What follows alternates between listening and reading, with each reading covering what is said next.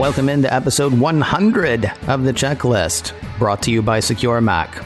I'm Ken Ray. I'm August Trometer. And I'm Nicholas Tachek. Episode 100. We should do, you know what we should do?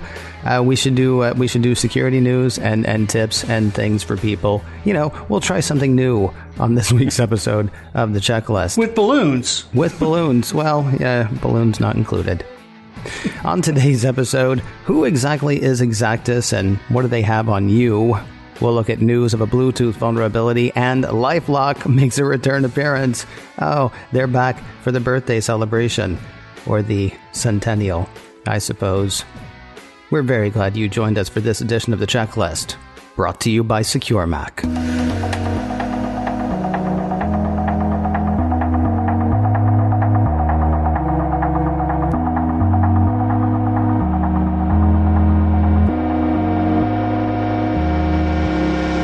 When it comes to the checklist, I like stories that come with a call to action. There's a password hack. Oh, change your password. There's a software update. Oh, go download that. There's a problem. Here's a solution. Kind of makes me not want to do this story, but here it is. You ever heard of Exactis? If you've been following the almost daily barrage of breaches and leaks, you may have. Otherwise, you probably haven't. But they've heard of you and your love of a certain breed of cat and the kind of music you like, and whether you rent or own. No, and they left all that information out for anyone to find. Quoting a piece from Wired, earlier this month, security researcher Vinny Troia discovered that Exactis, a data broker based in Palm Coast, Florida, had exposed a database that contained close to 340 million individual records on a publicly accessible server. The haul comprises close to 2 terabytes of data that appears to include personal information on hundreds of millions of American adults, as well as millions of businesses. While the precise number of individuals included in the data isn't clear, and the leak doesn't seem to contain credit card information or social security numbers, it does go into minute detail for each individual listed, including phone numbers, home addresses, email addresses, and other highly personal characteristics for every name. The categories range from interests and habits to the number, age, and gender of the person's children. Now, Troia, who has his own security company, says it seems like this is a database with pretty much every U.S. citizen in it. I don't know where the data is coming from, but it's one of the most comprehensive collections I've ever seen. So how did he see it? Wired says Troia spotted the database while using the search tool Shodan, which allows researchers to scan for all manner of internet-connected devices. He says he'd been curious about the security of Elasticsearch, a popular type of database that's designed to be easily queried over the internet using just the command line. So he simply used Shodan to search for all Elasticsearch databases visible on publicly accessible servers with American IP addresses. That returned about 7,000 results. As Troia combed through them, he quickly found the Exactis database unprotected by any firewall. I'm not the first person to think of scraping Elasticsearch servers, he says. I'd be surprised if someone else didn't already have this. All right, let's do a couple of things really quickly, because it sounds like 2 things that are fairly readily accessible were key to his finding information on you, your dad, your mom, your uncle, and everybody else in the U.S. Can one of you guys remind me what Shodan is? I believe they were described at one point as the Google of security vulnerabilities, or the Google of hardware.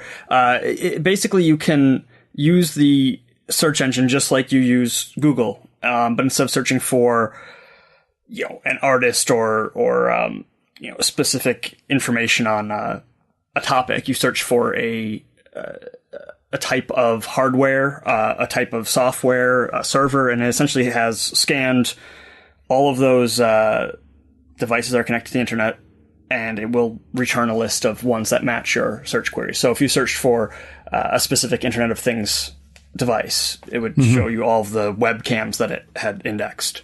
All right, let me just, so I'm clear though. So like if I go to Google and type in webcam, it's going to bring back pictures of webcams, information about webcams. You're saying if I go to Shodan and I type in webcam, it's going to show me webcams connected to the internet about which it knows. A little bit more complex than that. I don't think you could just search for webcam, but yes, that's pretty much it in a nutshell. Okay.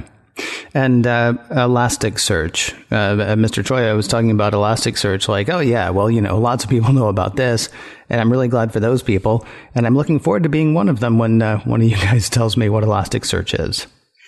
Well, Elasticsearch is a type of database. It is best at storing unstructured data.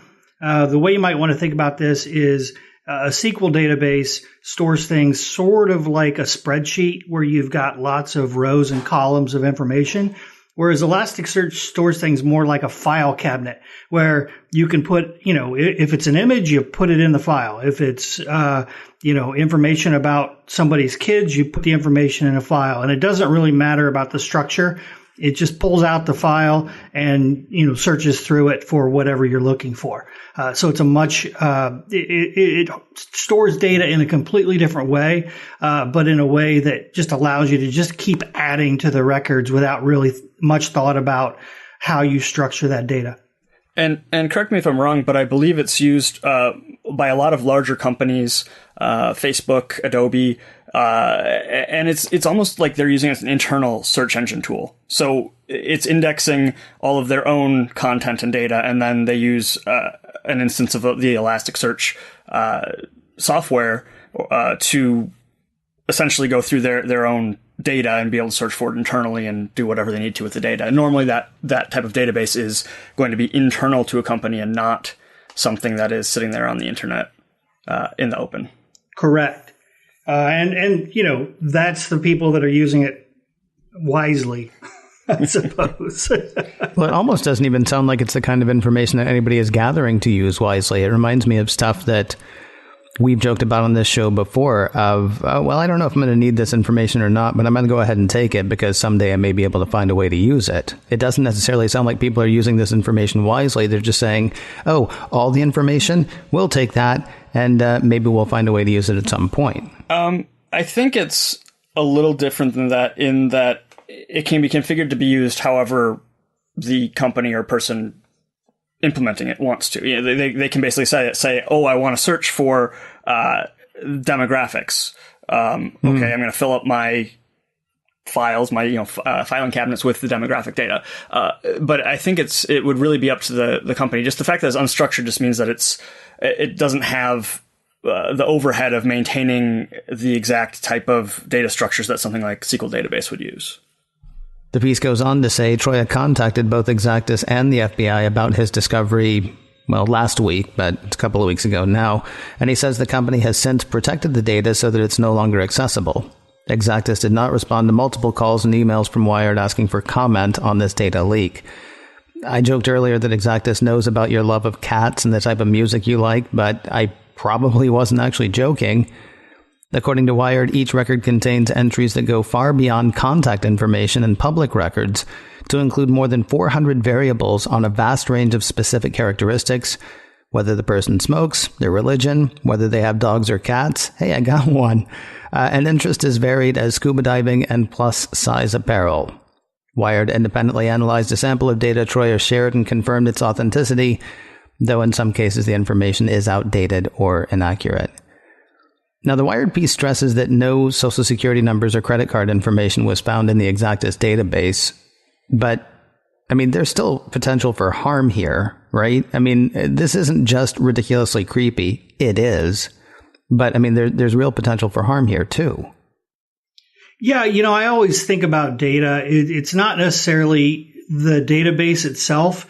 It's when you start taking that database and joining it with another one. So, for example, this doesn't have any credit card information, but imagine somebody had a database out there of email addresses associated with a credit card. Well, now you've got a credit card number that can be associated with whether you have cats or scuba dive or whatever. So it's when you start conglomerating all this into a single database that it becomes super dangerous. And this is super dangerous as is. There's a lot of social engineering that could be done, but it becomes even more dangerous when you add other databases on top of it. I agree completely. It's in this particular case, there were no billing details included, but as August said, you match that up with another database, and between the two, you've got a lot better chance of causing financial harm. Did you look at the actual data? No. They had he posted an example on Twitter. It was one redacted file, like one person, and it was something like 410 different items. And it was, I mean, it's insane. It's like golf enthusiast, yes or no. Gardener, yes or no. Do it yourselfer, yes or no. It's just like this whole list, and it's for targeted advertising, right? Really, really, really micro targeted.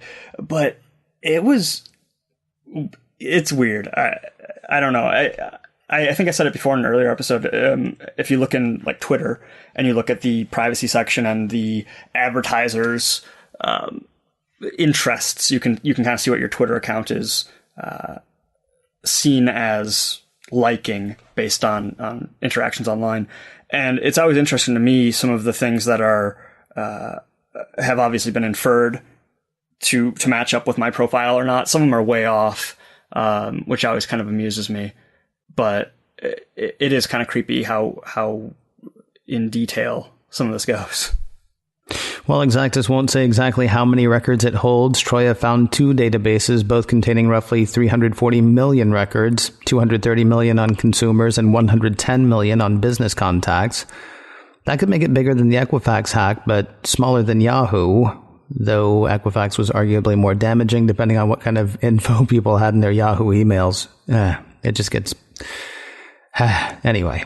One expert in the piece points out that if we in the U.S. had general data protection regulation, or GDPR laws, like the ones that recently went into effect in the EU, the information might have still gotten out, but at least Exactis might have been required to disclose to people what kind of info it collects about them, and let them have a say in how the data is stored or used. Is that the enormity of this, just the amount of information they have, the number of people they were collecting it on, and oh, by the way, most of us don't even know that they exist. I mean, is that all we can do at this point? Like, call our representatives? And even then, you call your representative and say, hey, I think somebody's collecting all the information they can possibly find on me. You just sound like a crazy person who's been calling congressmen since the 1950s, right? I mean, what is our recourse at this point? I don't even just mean on this one leak, although this one leak is one question. But what's our recourse as far as Exactis is concerned? And then what's our recourse for, B's Actus and C's Actus and all the ones that we don't know about? And that's the thing. I mean, even if you were able to get some congressional action or something to take care of this particular problem with Exactis, that's just one data broker out of however many there are lots. Right. And so, you're only taking care of one tiny little aspect of the overall problem. I mean, yes, you can call your representative if you want to. In my opinion, it makes more sense to support some of the larger coalitions online that will nonprofits that are actively fighting for your privacy. EFF comes to mind, ACLU, various things that will have a track record of promoting privacy and accountability. And they might have a better chance of making their voice heard. And that might actually get a little bit better long-term change.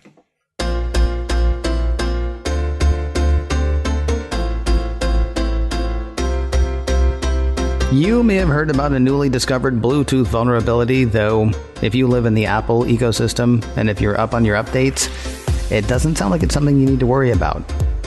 Mac Rumors has Intel explaining the vulnerability. From Intel's explanation, a vulnerability in Bluetooth pairing potentially allows an attacker with physical proximity within 30 meters to gain unauthorized access via an adjacent network, intercept traffic, and send forged pairing messages between two vulnerable Bluetooth devices.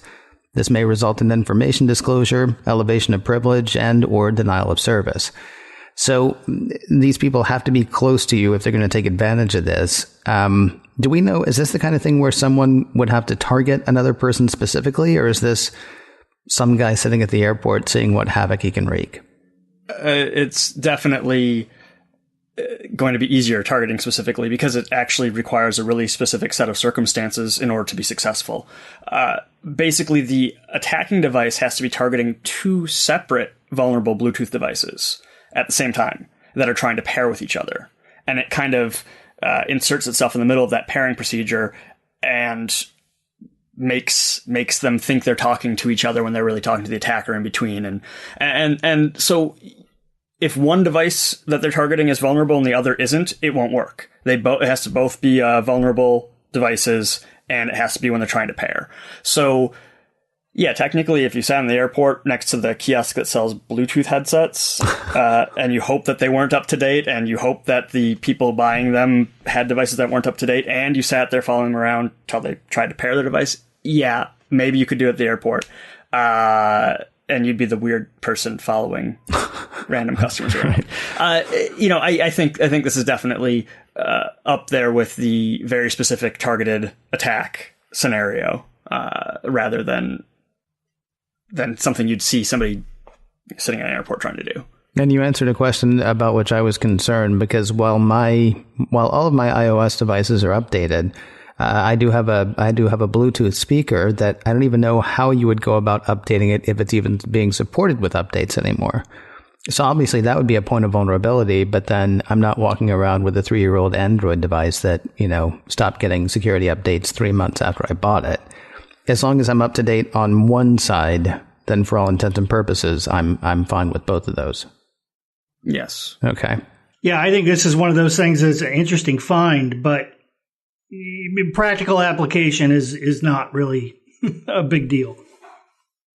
Well, I mean, right. Okay, I see what you're saying, because I'm always going to go back to my Liam Neeson movie thing. But of course, if you're in a Liam Neeson movie, you're updating at least half your stuff. Plus, if Apple, paid the good money, yours is the phone that Liam Neeson is holding, so he's going to be fine. But we'll get to the Apple part in a minute. Intel said the vulnerability may result in information disclosure, elevation of privilege, and/or denial of service. I understand all those words, but in basic terms, what kinds of things, if you were that target and they hit their target, what kinds of things could actually happen? Well, you could if it was a headset example, you could interrupt communications between the headset and the device it was paired with. When you're talking about like information disclosure, the one thing that would come to mind for me would be if you had a Bluetooth keyboard, you'd be able to see what's kind of going across the wire between that and the computer it's paired with. Again, it's kind of like the normal, what you said, it's different things, different types of attack, different results. And it would kind of depend device to device as far as what an attacker would be looking to do. But again, just like I said, it's interesting, but it's not obviously not theoretical because it's a real exploit, but it's one of those more academic problems than something we'd really expect to be seeing in the real world, unless you're in a Liam Neeson movie, as you said, Ken. So basically, right, you're like the CEO of some place, you pay no attention to your hardware, somebody else in your organization figures out where you are, where you go, they slip something else in, and then, hey, there's Joe Pantoliano. It's good to see him in a Liam Neeson movie. This is ridiculously targeted, is what you're saying. Just, well, yeah, like you said, not proof of concept because it is out there, but not actually happening to many people. Yes, correct. Mac Rumor says the vulnerability affects Bluetooth implementations and operating system drivers for Apple, Broadcom, Intel, and Qualcomm. Though, again, if you're all Apple all the time and if you're up to date on your updates, you're apparently good. According to the report, Apple has already introduced a fix for the bug on its devices in macOS High Sierra 10.13.5 and 10.13.6, iOS 11.4, tvOS 11.4, and watchOS 4.3.1. So iOS and Mac users don't need to worry. Intel, Broadcom, and Qualcomm have all introduced fixes, while Microsoft says its devices are not affected.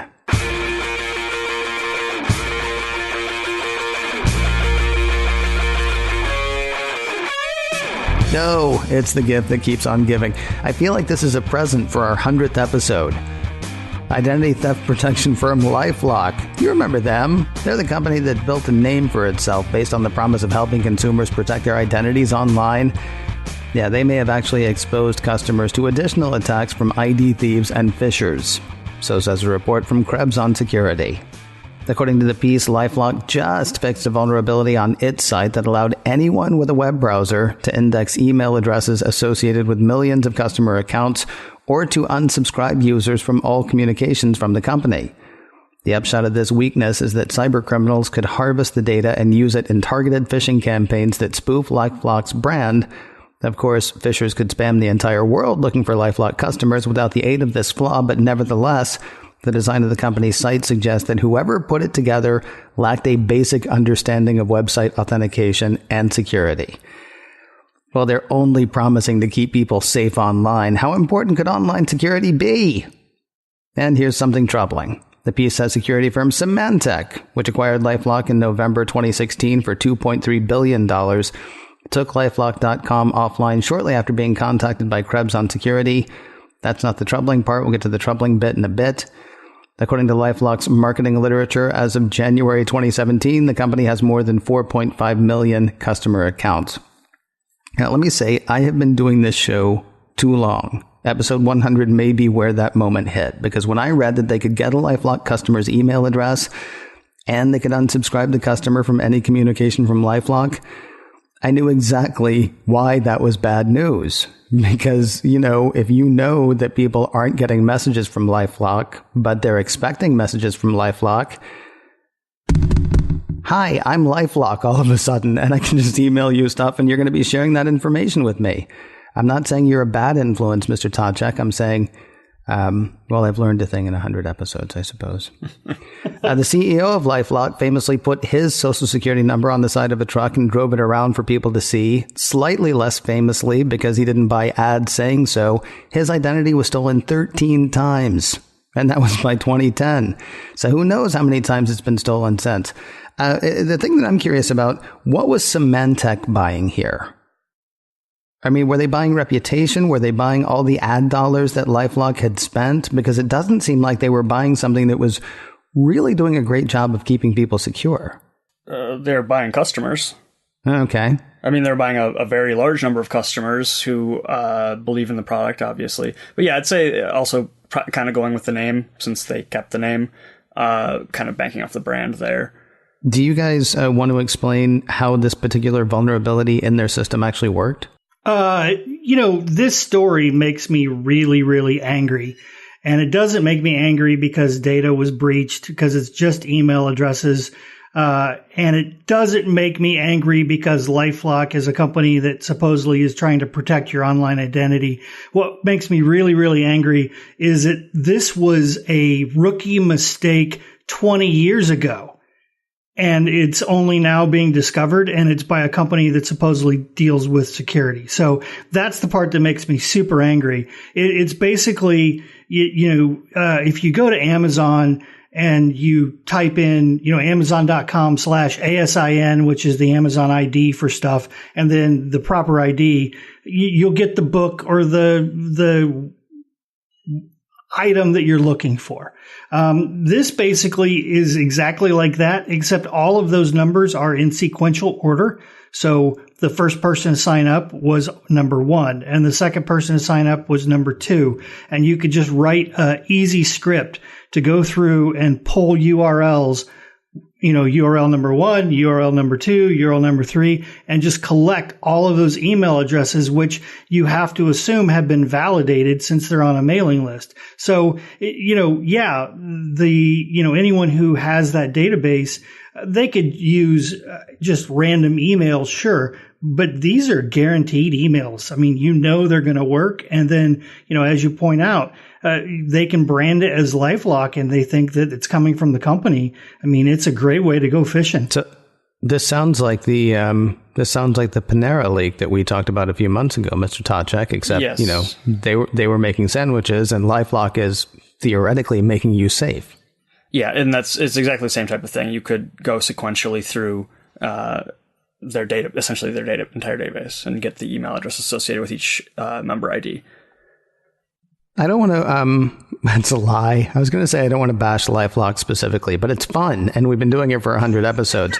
I do need to know, though, or I do want to know, is there a service like this that people can actually trust? I mean, is there anybody that I can pay to keep the bad guys at bay, or do they just give a false sense of security? Well, one thing I think we need to address, Symantec actually did update probably a few hours after we were working on this, and you working on the script here, Ken. They did issue an update that was appended to the article, and they're blaming actually a third party marketing firm with the vulnerability. They're saying it wasn't a vulnerability with LifeLock itself. It was a third party who handles essentially the opt-out from their mailing list. And however, that doesn't really change that core argument that as a company that is supposedly helping keep you safe online, they need to be keeping an eye on their own systems too. And this goes for any company. If you're going to integrate a third-party system, be it Elasticsearch, which we talked about earlier this episode, or in this case, whatever mailing list software they were using, you need to make sure that your own vendors don't have some of these really glaring vulnerabilities in the first place, and or make sure you've got the system set up securely. Because when you have something like this where vulnerability was in a third party, but it was associated with a large name like LifeLock is going to get all the blame because they were ultimately the ones who were in charge of the whole thing. Yeah, it's sort of like a bank whose, their sole job is to protect your money, but it's sort of like them going to the nearest correctional facility and just hiring people as they walk out the door. And going, well, it's not our fault that your money got stolen. It was the guards. Right. It's this guy we hired. Right. Okay. But back to your original question, I don't know. I don't have any single company to recommend. I'd say there are some things that most of our listeners can do that aren't going to be costing an arm and a leg every year. Obviously, follow best practices in the first place with regards to your online security, making sure you have unique, strong passwords for your websites. We recommend using a password manager because that helps immensely with that. You can take a look at sites like haveibeenpwned.com, where you can enter your email address and it will let you know any of these breaches that your email address has been found in. There are things you can do, but unless you're talking about major online, reputation management, where they're going to go to all those websites and try and opt out of any of your data being on there and try and kind of wipe you off the web, which doesn't entirely work because that's not the way the internet works. There are things like that, but for majority of our listeners, I think it's more something that starts at home, with best practices and following those. Completely agree. And of course, if people want, refreshers on best practices, I know a place where you can get like 99 of them, plus this one, SecureMac.com/checklist. That'll give you notes on today's show, notes on every show that we've had before. And seriously, there's a reason that we keep it on one website, because there are notes there for everything that we talked about in all of those episodes. And conveniently, you can just go ahead and listen right there as well. SecureMac.com/checklist. If you have a question you'd like to ask or a topic you'd like to hear us hit, our email address is checklist@securemac.com. That address again is checklist@securemac.com. And if you can't remember that, please do remember this. You're listening to The Checklist, brought to you by SecureMac. And we'll talk to you next week.